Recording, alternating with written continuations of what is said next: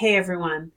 Sorry, this is a little late. I just was doing a lot of work yesterday, cleaning up the week, sweeping up.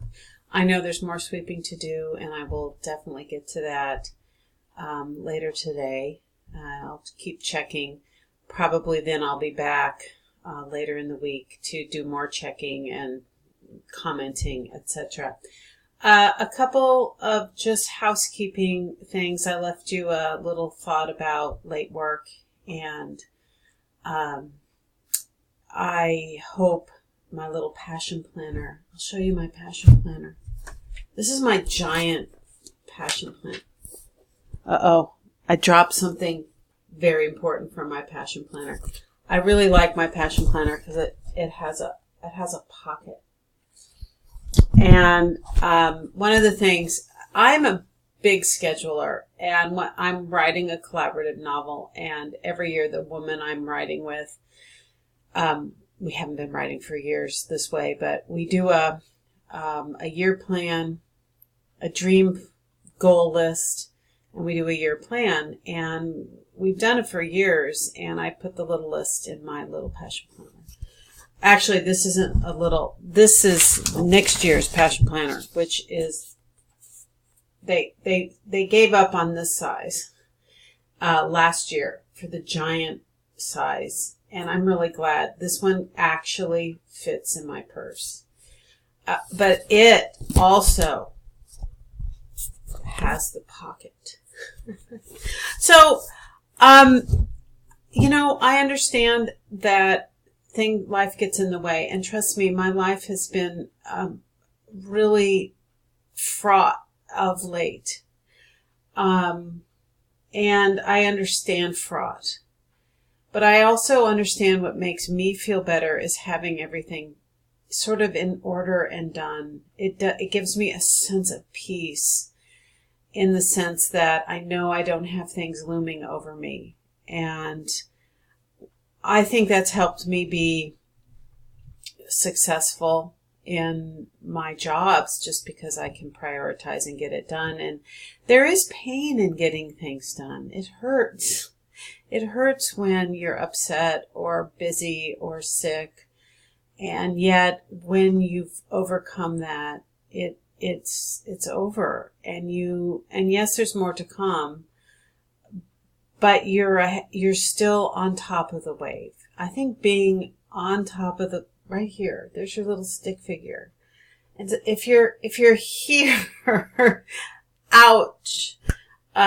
So, I'm probably speaking to the choir to most of you who get your work done. But I feel very strongly about it because I've spent 30 years listening to people tell me why they haven't gotten something done. And mostly it's been for many years it was, here I am in my office, and there is the chair. I used to call it the chair of tears, because people would come in and cry a lot. And I understand, but I also understand that there is satisfaction and peace and relief in just getting things done. That said, there is also, and to use the proper pronunciation, I err in sometimes getting things done too quickly. So if I do anything wrong that way, it's like, I'm getting this done, and I get it done, and then I'm like, well, shit, oops. I should have done that a little bit more slowly. And then I have to redo. So just remember, our prompts are sometimes 2 pages. You need to scroll. That I don't really want to read revisions of your once you turn something in and I've read it, it's kind of really it. And I'm not going to read your second draft of something. So take your time, but use the time wisely and well. And I think things will be better. I'm not trying to sound condescending, but I spend a lot of time thinking about this, because right now, how many people? You guys are about 20 people, and I think I have on 100 other people I'm managing. And over this semester quarter session, and I've seen human behavior, and sometimes we work desperately against ourselves. So, other housekeeping, please go back and look and listen to my notes to you. They should help you in the revision for your plan, which is coming up. We have chances to do drafts of it before you turn it in. And if I've already given you some notes, you probably want them. And let's see, I think that's about it in terms of house cleaning. I attached a new link to the big written announcement I posted yesterday early about how to be a freelance writer, and I thought it was very useful. So maybe you'll be able to click on that and read through that. And I posted my own initial foray into journalism, and I will tell you a secret. The last comment in that article is what made me realize I could never be a journalist, and I needed to be a fiction writer because I made something up, because I wanted to end it with a bang. And the rancher did not say, he sort of mumbled a few things, because I had to go up to the ranch and interview him with the photographer, and who took the picture of the poor cow with no ear.